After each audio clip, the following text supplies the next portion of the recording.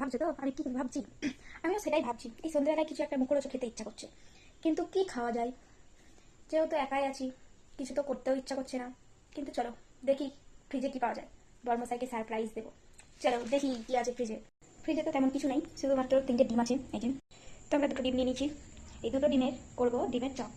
চলো, সেই জন্য করতে হবে আমাদের 2টো ডিম আগে সিদ্ধ করে নিতে হবে। তো এই যে আমি ডিম দুটোকে সিদ্ধ বসিয়ে দিলাম। তো আমি ডিম তো সিদ্ধ করে দিয়েছি, এরপরে কি করতে হয় না করতে হয় আমি তো কিছুই জানি না। অকম্মার বৌমা নিয়ে এলে এরকমই হয়। তো চলো শ্বশুরমশাইকে ফোন করি।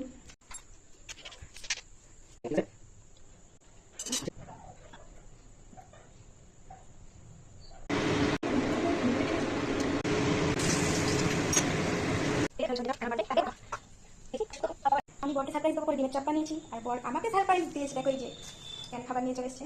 তো আবার চলে এসেছে, এখন আমরা খাবো ডিমের চপ, ওর জন্য অপেক্ষা করছিলাম।